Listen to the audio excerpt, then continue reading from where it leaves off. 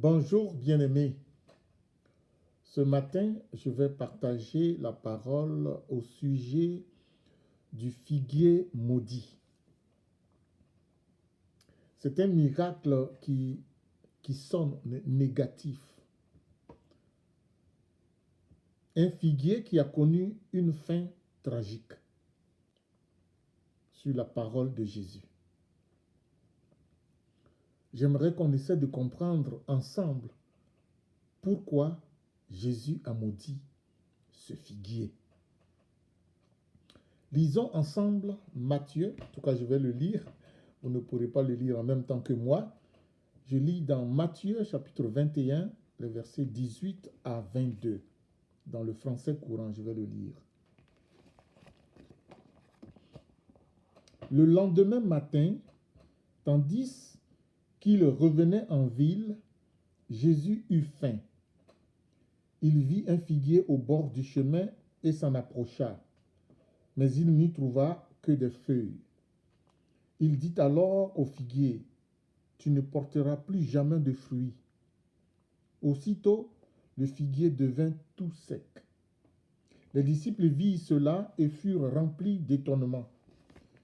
Ils demandèrent à Jésus, « Comment ce figuier est-il devenu tout sec en un instant ?»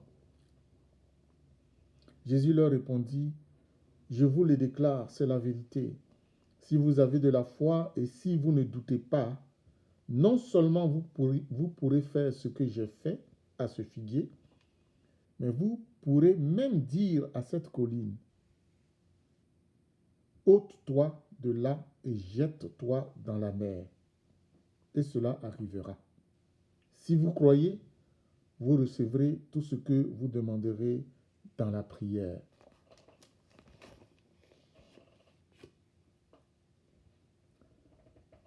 Le titre du message, c'est « Ne sois pas le figuier maudit ». Ne sois pas le figuier maudit.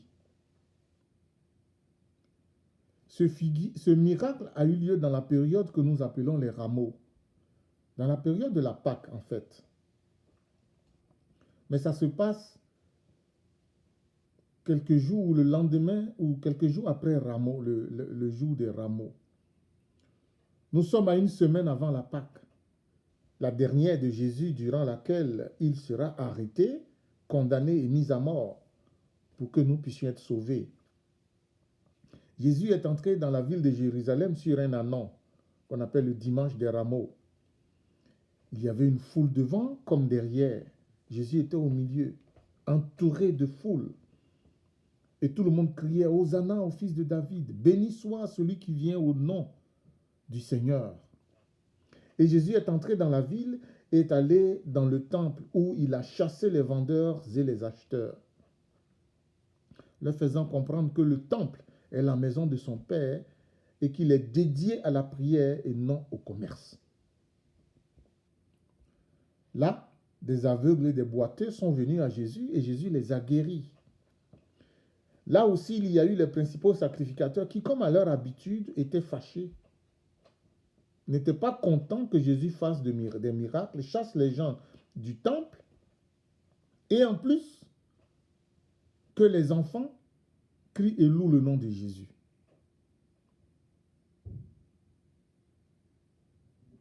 Puis Jésus, après avoir échangé avec eux, leur disant que la parole de Dieu dit que l'Éternel va tirer les louanges de la bouche des enfants qui sont à la mamelle. Jésus est sorti de Jérusalem et est allé passer la nuit à Béthanie, là où habitaient Lazare et ses deux sœurs qui sont les amies de Jésus. Le texte ne dit pas qu'il a dormi là-bas avec ses disciples. Il était avec ses disciples. Donc il a dormi certainement dans le village de Béthanie, mais à quelque part d'autre. Donc c'est le lendemain que Jésus retourne à Jérusalem. Encore, c'est sur la route que le miracle va se faire. La question qu'on peut se poser, mais Jésus a eu faim sur la route, mais pourquoi il n'a pas mangé le matin quand il s'est levé avant de partir? Jésus s'est levé le matin et n'a pas osé déjeuner avant de quitter Béthanie. Pourquoi? cette ville n'est pas loin de Jérusalem. Si Jésus avait pris le temps de manger avec ses disciples, il n'aurait pas eu faim sur la route. Parce que selon les calculs, Jérusalem se trouve à moins de 3 kilomètres de Béthanie. Certains ont dit 15 stades qui convertis donnent à peu près cette distance. À moins de 2,5 km environ. Mais on peut aussi penser avec raison que l'endroit où Jésus a passé la nuit n'avait pas les commodités pour qu'il prépare le repas. Et donc, avec ses disciples, il se rendait en ville pour pouvoir y manger. Comme ça arrive, nous faisons des voyages, nous vivons dans des endroits où il n'y a pas à manger. On a de la place pour dormir, mais le matin, il faut se rendre à la localité à côté où il y a plus de commodités pour avoir à manger. C'est certainement le cas de Jésus. Deuxième question, mais pourquoi Jésus semble frustré pour n'avoir pas eu de fruits sur un figuier?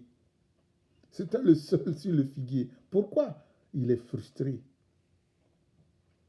En tout cas, c'est ça, c'est l'impression que ça donne. Je ne suis pas en train de dire que Jésus était frustré, mais ça donne cette impression. On a l'impression que Jésus est fâché contre le figuier et lui en veut de n'avoir pas de fruits, mais uniquement des feuilles. Ce geste est difficile à comprendre, car il ne reflète pas le comportement normal de Jésus. Bien-aimé, depuis le baptême de Jésus, il a refusé de se servir de son pouvoir pour accomplir des miracles en sa faveur. Satan, lorsqu'il fut tenté dans le désert, Satan lui l'a incité à faire du pain pour manger parce qu'il avait faim. Et Jésus a refusé. Pourquoi donc maudit un figuier? Parce que tu as faim. Parce que Jésus a déjà eu faim. Il a refusé de faire du pain pour manger. Il n'a rien maudit. Pourquoi ici il maudit un figuier? Parce qu'il a faim. La malédiction du figuier semble donc aller à l'encontre du caractère normal de Jésus. L'autre problème avec ce miracle, c'est que le figuier ne devait normalement pas porter du fruit au moment de la Pâque. Le fait que le figuier ne portait que des feuilles, suggère qu'il était stérile. En plus, ce n'était probablement pas la saison pour le figuier de porter du fruit. Alors, pourquoi maudire un figuier stérile alors que Jésus sait très bien qu'on ne peut rien attendre d'un figuier stérile?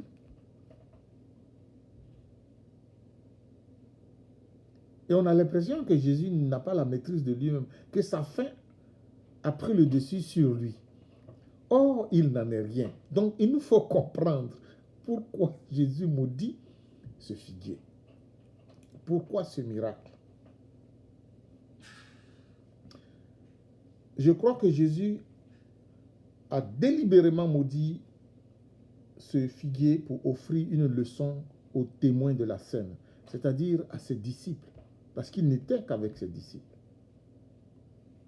Jésus n'a pas agi précipitamment, sous l'emprise de la frustration. Pour bien comprendre ce miracle, il faut faire référence au symbolisme du figuier en Israël. Le figuier était le symbole du bien-être et de la prospérité d'Israël. Dans Michée 4, verset 4, on peut lire « Ils habiteront chacun sous sa vigne et sous son figuier, et il n'y aura personne pour les troubler. » Dans Zacharie chapitre 3, verset 10, on peut lire « En ce jour-là, dit l'Éternel des armées, vous vous inviterez les uns les autres sous la vigne et sous le figuier. » C'est le signe de la prospérité, l'ombrage, la tranquillité, la paix. C'est ça que symbolise le figuier et la vigne.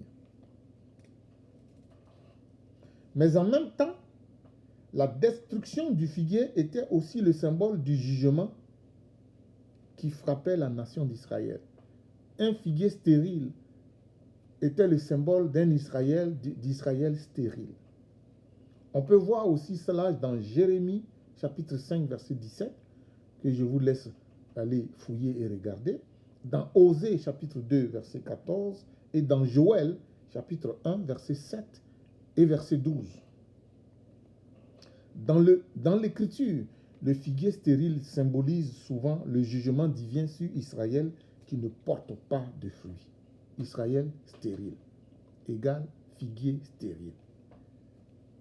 Figuier prospère signifie Israël prospère. Figuier stérile signifie Israël stérile. C'est pourquoi Jean-Baptiste, alors qu'il était en train de baptiser les gens qui venaient à lui, va dire aux Israélites, produisez donc des fruits dignes de repentance et ne prétendez pas dire en vous-même, nous avons Abraham pour père. Car je vous déclare que de ces pierres-ci, Dieu peut susciter des enfants à Abraham. Si donc vous êtes des enfants d'Abraham, il doit avoir des fruits qui accompagnent ce que vous dites. Produire des fruits dignes de la repentance signifie que la repentance seule ne suffit pas. Il ne suffit pas de dire « je crois », il faut le démontrer. Il ne suffit pas de dire « je suis chrétien », il faut que des fruits viennent accompagner ce que tu dis être. Le faire doit accompagner l'être. Le geste de Jésus sur le figuier représente donc le jugement de Dieu contre Israël, l'Israël terrestre, pour son refus honteux de porter du fruit. Cette attitude se manifesta pleinement dans le rejet du Messie. Comment veux-tu porter du fruit si tu rejettes le Messie? Tu restes stérile. Ainsi en est-il de tous ceux qui refusent Jésus. Ils sont stériles. La rapidité avec laquelle le figuier se dessèche montre l'imminence du jugement. Il est temps de changer avant qu'il ne soit trop tard. La plupart des arbres fruitiers ont des saisons pour donner du fruit. Mais il semble que ce figuier maudit devait porter du fruit à n'importe quelle saison. Ainsi en est-il de tous ceux qui se réclament de Jésus-Christ. Il n'y a pas de saison propice pour porter du fruit et d'autres non. L'Éternel attend de tous ceux qui se disent fils d'Abraham qu'ils portent du fruit en toute saison.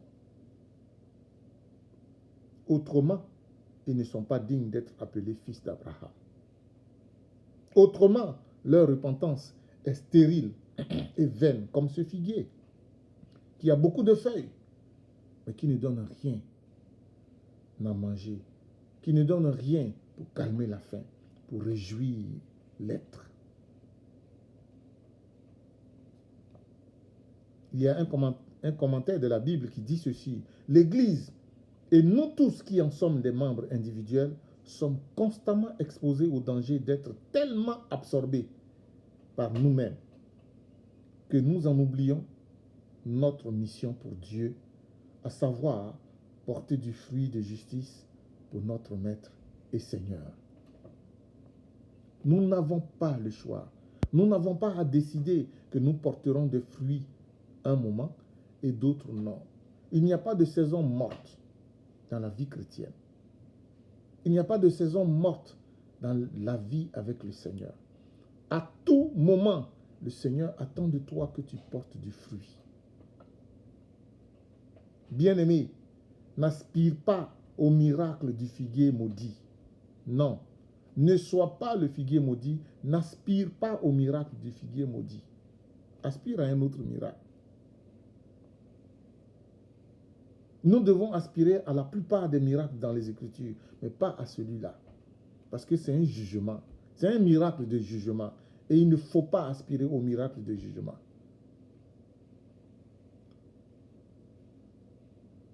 Ce miracle arrive à ceux qui dorment sur les talents que Dieu leur a donnés. Il arrive à tous ceux qui empêchent le Saint-Esprit de manifester la gloire de Dieu dans leur vie. Ils ont été bénis, mais ils refusent de bénir. Ils ont reçu plein de dons, mais ils ne les font pas fructifier. Comme le serviteur méchant qui a enterré le talent donné par son maître pour le faire fructifier. Plusieurs se disent chrétiens, mais ne démontrent rien après leur conversion. Tu les regardes aller et ils ressemblent à ce qu'ils étaient avant. On les croit sauvés, régénérés. Et donc, on a droit de s'attendre à quelques fruits d'eux, mais c'est avec tristesse qu'on doit constater qu'ils ont une apparence belle, comme le figuier rempli de feuilles. Mais ce n'est que de la façade. Il n'y a rien. On ne peut rien trouver en eux de bon pour se désaltérer, pour se réjouir, qui réjouit le cœur de Dieu. Leur stérilité demeure, comme si le Saint-Esprit ne les avait jamais habités et ne les habite pas. Une ruine soudaine fondra sur eux, comme ce figuier, s'ils ne se repentent pas et ne marchent pas véritablement comme des enfants régénérés par le Saint-Esprit.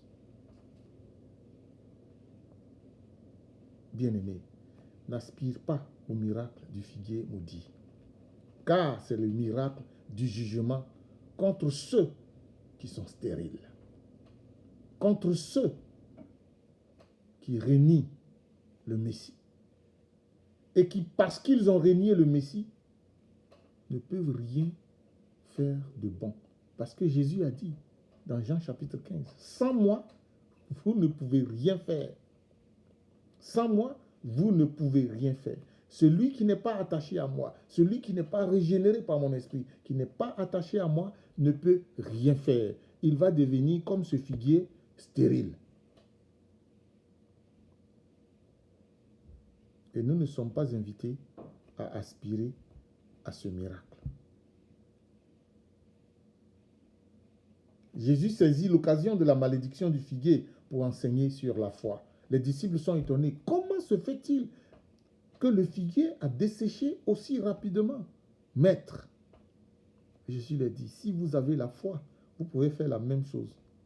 Mais en plus, vous pouvez demander à une montagne, vous pouvez parler à une montagne, ôte-toi de là et va te jeter dans la mer. Et la montagne va vous obéir. Si vous avez la foi et vous ne doutez pas. Maintenant, comprenons-nous très bien. Et je vais m'arrêter là. Jésus ne te dit pas d'avoir la foi pour que tu maudisses les gens à tout vent. Ce n'est pas ça que Jésus enseigne. Quand Jésus dit, vous pourrez faire la même chose que moi, Jésus ne dit pas que si tu as la foi, alors tu vas pouvoir maudire les gens quand tu veux, comme tu veux. Ce n'est pas ça. Pourquoi? Parce que le miracle vient de Dieu. Ça ne vient pas de toi. C'est Dieu qui accomplit le miracle en toi. Tout miracle a un sens. Et tout miracle vient de Dieu. Toi, tu n'es que le canal. Tout ce que Jésus te demande, c'est que tu dois avoir la foi. Et parce que tu as la foi, il peut faire en toi tout ce qu'il veut faire. Parce que c'est lui qui fait, parce qu'il y a un sens à ce qu'il fait, et il veut juste toi t'utiliser pour que par toi, il fasse ce qu'il veut faire. Parce que dans le miracle du figuier maudit, Jésus parle. Et dans chaque miracle, Jésus veut parler. Ce n'est pas toi qui décides du miracle, c'est Dieu. Donc, il ne te demande pas d'avoir la foi pour faire tous les miracles que tu veux, n'importe quand, n'importe comment. Non. Ce n'est pas une licence pour écraser les gens qui te font n'importe quoi de mal. Non. Jésus te dit, aie la foi et en toi, j'accomplirai ce que mon Père veut accomplir pour sa gloire. N'aspire pas au miracle du figuier maudit. Sois fertile. Sois un chrétien, une chrétienne remplie de grâce, qui porte du fruit et qui bénit. Au nom de Jésus, telle est ma prière pour toi. Amen. À samedi prochain.